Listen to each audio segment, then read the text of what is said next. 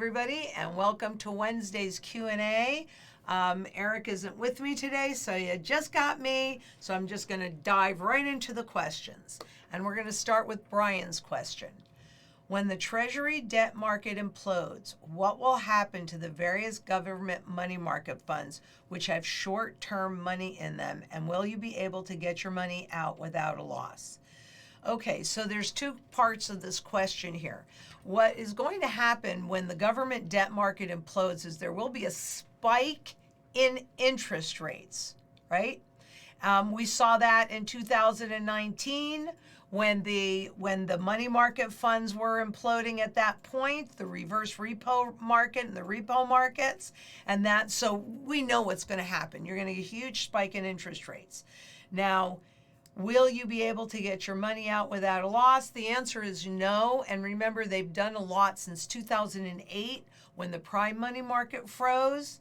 They've done a lot of work to modify those contracts in those money markets and put up what they call gates, which is really, frankly, your inability to access them, as well as large enough fees. And as they were putting all of these new terms together, what their question is how big does this have to be to have people choose not to withdraw their money? So the first part would be the fees. No, you're gonna get a loss because, Luke, do you have a pen? Mm-hmm. Let's do that. Thank you. Okay. Because when interest rates spike, the market value of the bonds go down. Now, if this is a shorter term, if this is when a bond is issued and there are shorter term bonds inside of that money market fund, inside of that, right, it's not going to move as much as, say, the 30-year bond, the longer bond. You can see that, right? But the other part of it is the fees that they're going to charge you and the gates, your ability to actually remove the funds. So I wouldn't have any more in there than you feel like you absolutely need to have in there, even in the Treasury market, especially with what's happening in the Treasury, in the global Treasury market, with the lack of liquidity at, frankly, well, maybe not quite all maturities yet, but there is a breakdown that has been occurring since 2015. So this isn't something we're waiting for. This is something that keeps rearing its ugly head. And Tanya asked, I recently heard George Gammon talk about the ongoing bank issues and that the Fed bailout is continuing quietly, even more than it was last summer. Do you think the bank issues are due to the Fed interest rate hikes or to the change in Basel agreement with the amount of assets on hand increasing to cover risk? I think it's a combination. And what is going on behind the scenes? Well, you guys know I love George Gammon. He's a very dear friend, and I think very highly of him. I don't get to go behind the scenes in there, but what we're really seeing is that they've got to, when the banks imploded in March and April of last year, the regional banks, they covered it up really quickly, and that they haven't finished. That issue is not over yet. So what's happening is, I don't care what size bank you are, including the central banks, right? Again, it goes back to this, with the interest rate spike, then the value of the bonds that they're holding, the market value has gone down substantially. So what they've done is they've made the changes so that the banks don't have to declare these losses. They can say, well, we're going to hold them to maturity and therefore there's no loss. I mean, there actually is a huge loss, but at least on a nominal basis, they don't have to show that loss. So what's really most likely happening behind the scenes are rule changes to make things appear like they're okay and solvent. I mean, look at Jamie Dimon, look at Chase Bank, right? Had a phenomenal year. Of course, was it so phenomenal that it makes up for all of these massive losses? No, not really. The other thing that I want you to keep in mind, because I just pulled this not that long ago, but the most current diff balance, so that's the balance that the FDIC has to bail out depositors, is lower than it was when they couldn't do it last March and April. So all of those banks that were supposed to, oh, this is not going to cost you any money. The banks are going to reinvigorate and make deposits into that fund. Well, they haven't yet, right? It's at a lower level. So anything that you're holding in the banking system is subject to a run. They don't want you to know that, so they're going to do their best to keep things as hidden as possible. So I agree with George that there are definitely ongoing bank issues that we haven't seen yet.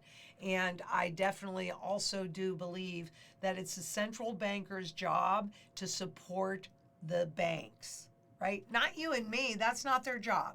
Their job is to support the banks. So yeah, just like what Powell went around the Treasury, went to Yellen, so that it didn't show up on the deficits and on the Treasury balance sheet, and quietly borrowed the money to bail out the Silicon Valley Bank, etc. So, gosh, are they doing that kind of stuff right now? Yes, they are. And on top of that are all the derivatives. Okay. Eugene L. asks, if by next December the 10-year yield hits 10+%, would that be enough to collapse the world financial system? Most likely, I don't even think it needs to spike to 10%. We have a mountain, an absolute mountain of debt in commercial real estate and in other areas that are coming due this year, and where they locked those rates in at 0 or 1 or 2%, now they're having to pay 5, 6, 7, 10, 19% in some cases in private equity, etc. So I think that they're a 10% plus yield on a treasury or something like that. Yeah, we're in crisis. We're definitely in crisis at that point. But I don't think it even needs to be that high to collapse the global financial system, to be honest with you. And I think that's something, this is an election year, so they're going to try and keep things calm at the moment to get through this election year. Let's see if they can or not. That's going to be the interesting story. What we know is that Wall Street has changed their tune on the likelihood of 6 rate declines by the Fed. And, so we'll see, because the Fed is still talking about higher for longer. But remember, we have wall of debt, a ginormous wall of debt that's coming due. And whenever you have debt, you have to pay it, you have to roll it over, or you're going to default on it. So we'll see what happens with all those zombie corporations, and are the banks even going to want to keep those zombie corporations alive? Can they afford to do that at this point? And remember, a zombie corporation is a corporation for at least 3 years. They have not been able to pay all the interest due on the debt. Forget touching any of the principal. So, it made sense when the banks didn't want to show those losses on the books, but there are going to be an awful lot of losses that are coming up that I don't know if they're going to be able to hide them or not. We're going to find out, aren't we? And Sandra S. asks, if at some point the price of gold and silver rises sharply and I want to sell to pay off my mortgage, will I have to pay capital gains tax first?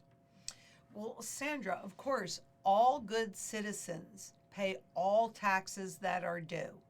And by the point that happens, what I do not know, though I would guess, is that the CBDCs, the central bank digital currencies, and all of that tracking is in place. And it kind of depends. Yes, of course, you should pay your capital gains tax. Whether or not we will have to report it to the authorities at this juncture, well, right now we don't. Could that change in the future? Yes, it could. But it's still better than not having it at all to work with. Okie doke. And Jen O asks, I hear from many sources to get your money out of the bank. Where is it recommended to put your money other than gold and silver? Are the money market accounts safer than the checking and savings accounts? The answer to that is absolutely no. Money market accounts are mutual funds, and they fund the plumbing of the global system. And, it froze in 2019, and just with a shift in lots and lots of money printing, did it get covered over? So I'll answer the first one first. No, the money market accounts are not safer than a checking and savings account. At least those are kind of backed by FDIC, and I say that with pain because, as I said a little bit earlier, they don't have the money. I mean, they're okay if one small bank goes out or another small bank goes out, but you saw what happened last March and April where they had to get bailed out because they didn't have enough money to pay just those 3 banks, and then since then, subsequently, more have failed. So they need to keep that hidden so there is not a run on the bank. Now, as far as get your money out of the bank, I'm running a business, right? So there is a certain level of cash, and you likely have some auto withdrawals and things like that because people set that up for convenience. So there's a certain level of cash that you do want to keep in the bank, but it is not more than what you feel comfortable losing. And you want to be properly diversified. So if you're keeping X amount of fiat dollars in the bank over here, you want to make sure that you have a certain level of gold over here. So if that goes away completely, well, you have the other that gets propped up, right? So it's a function of being diversified. You want to keep a minimum in there so that it can enable you to continue your current standard of living, those auto withdrawals. Maybe you have some auto deposits going in, etc. But for anything extra, personally, you do whatever you're comfortable with. But personally, I have a certain level of cash that is outside of the bank. And if I need to make a deposit, that's easy enough for me to do. So anything that I'm not willing to lose, I actually pull the physical cash out of the bank because that is my very first line of defense. Though even on that, it's at a certain level based upon how I have to run my business, et cetera, right? Beyond that, personally, food, water, energy, security, barterability, wealth preservation, community, and shelter. Aside from all of those mantra pieces, this is what I'm in because of where we are in the trend cycle. And the fact that I've studied currencies and currency life cycles since 1987. Who do you know that has done that? And when you see these repeatable patterns, I can't guarantee what's going to happen tomorrow.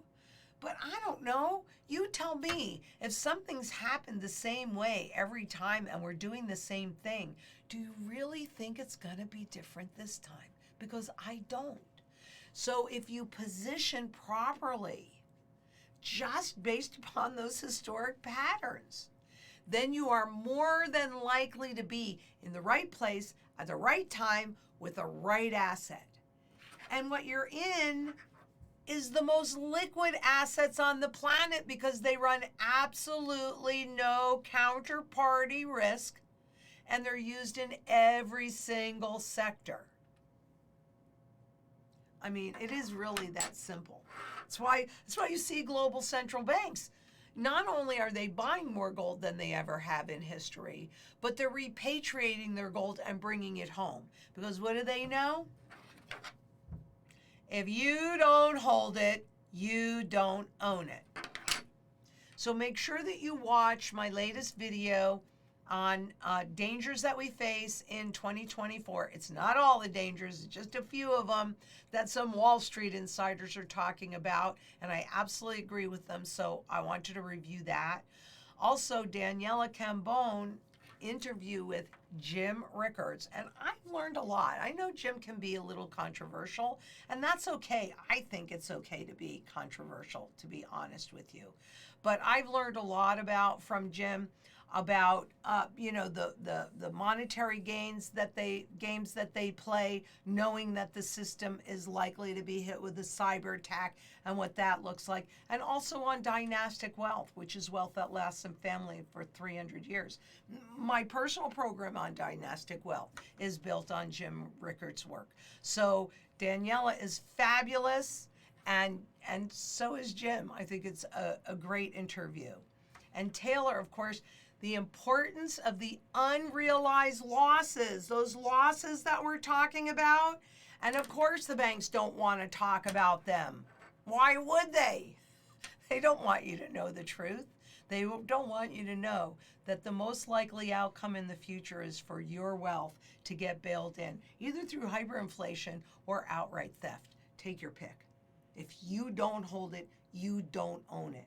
So if you haven't started your gold and silver strategy yet, click that Calendly link below.